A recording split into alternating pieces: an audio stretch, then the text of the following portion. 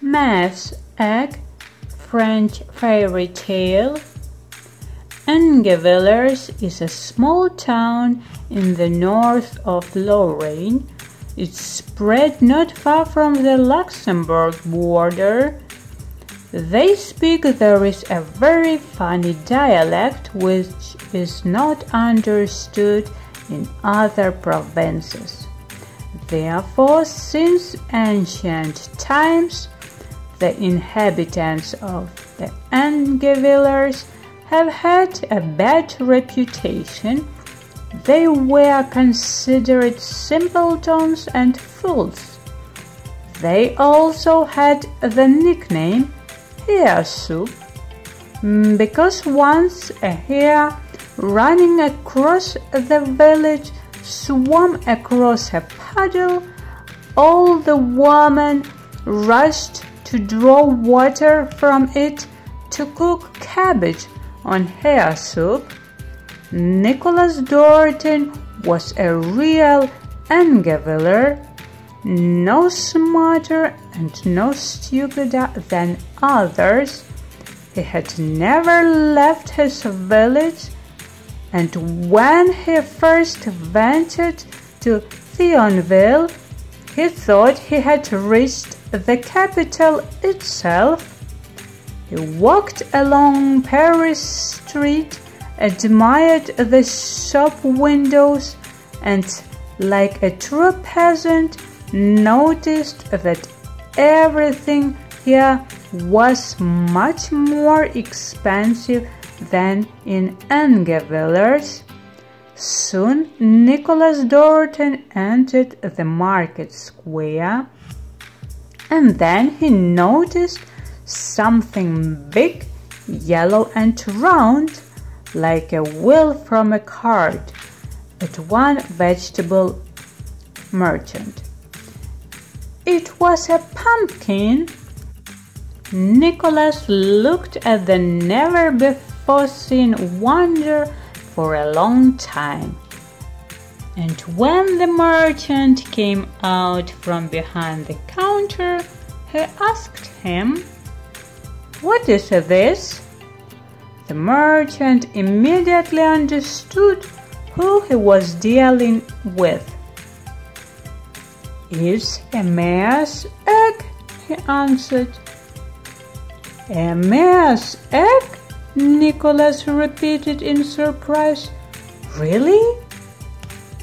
Can a foal hatch from it?" "Of course. To do this, you have to warm the egg in bed for 2 weeks." Never had a horse.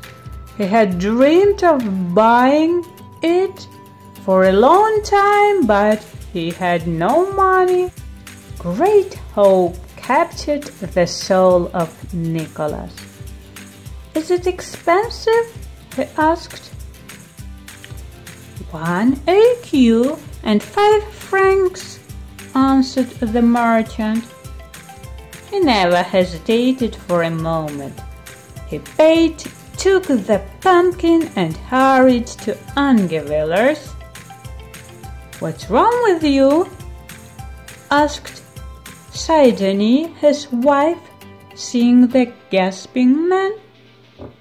Nicholas told her what the matter was and added that he himself would incubate the mare's egg. Surprised, Sidonie agreed.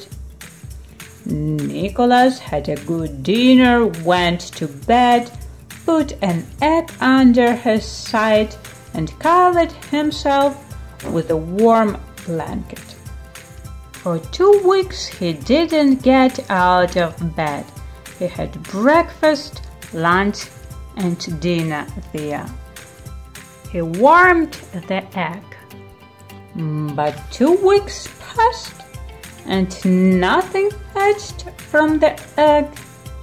Nicholas decided to keep him warm for 2 more days. As before, nothing. Nicholas worried. What if the merchant accidentally sold me a bad egg, and he sent his wife to Thionville to consult with the merchant. An egg is like an egg, he assured. Maybe the shell is very hard. To break it and not harm the fowl, you can roll it down a low and not very rocky hill. Returning home, Sidonie relayed the seller's advice to her husband. Nicholas quickly got up, dressed, carefully put an egg in a large basket and went to the hill.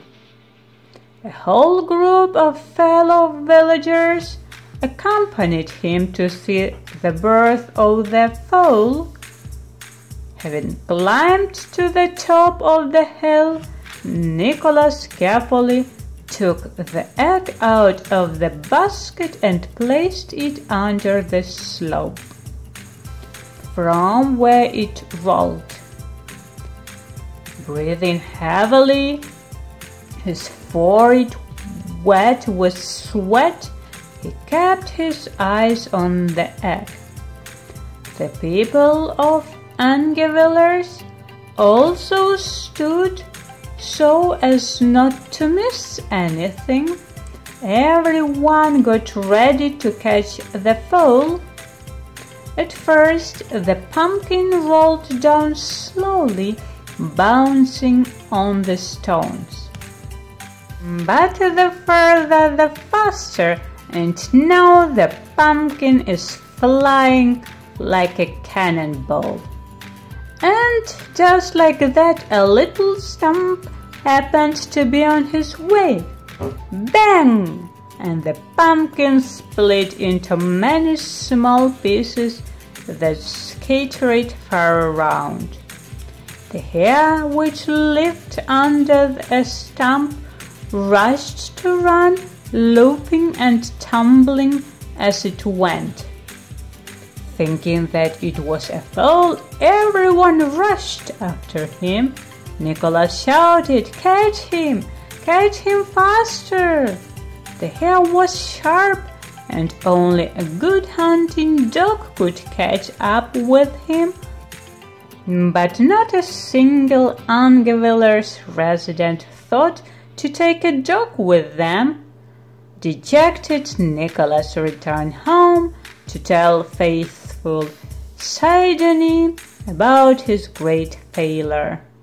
Never again did he dare to hatch a fowl, and had to accept the thought that he would never have a horse in the stable.